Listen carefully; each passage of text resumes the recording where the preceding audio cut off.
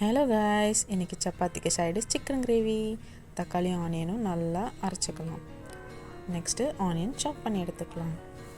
இப்போ கடாயில் எண்ணெய் ஊற்றி நம்ம கட் பண்ணி வச்சுருக்க ஆனியனை போட்டு நல்லா வதக்கிக்கலாம்.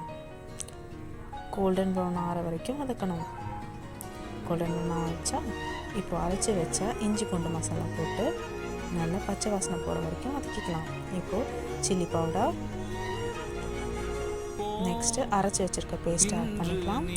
அப்புறம் மல்லித்தூள் நல்லா வதக்கிக்கலாம். மஞ்சள்தூள் கொஞ்சம், 1/2 டீஸ்பூன் போல் வீட்டில் அரைச்சி வச்ச கரம் மசாலா ஆட் பண்ணிக்கலாம். நல்லா வதக்கிக்கலாம்.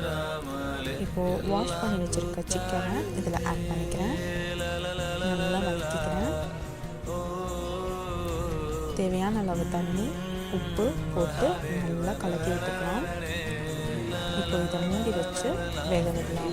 நல்லா வந்து கிரேவி பதத்துக்கு வந்துடுச்சு மக்களே. இப்போ நம்ம இதில் வீட்டில் அரைச்சி வச்சுருக்க பெப்பர் போட்டுக்கலாம். பெப்பர் தூள் நல்லா இதை கலக்கி விட்டுக்கலாம். லாஸ்ட்டில் பெப்பர் தூள் போட்டிங்கன்னா நல்லா மனமாக இருக்கும். இப்போ இதில் கட் பண்ணி வச்சுருக்க கொத்தமல்லி தழை ஆட் பண்ணி மூடி வச்சு நம்ம இப்போ ஸ்விட்ச் ஆன் பண்ணிக்கலாம்.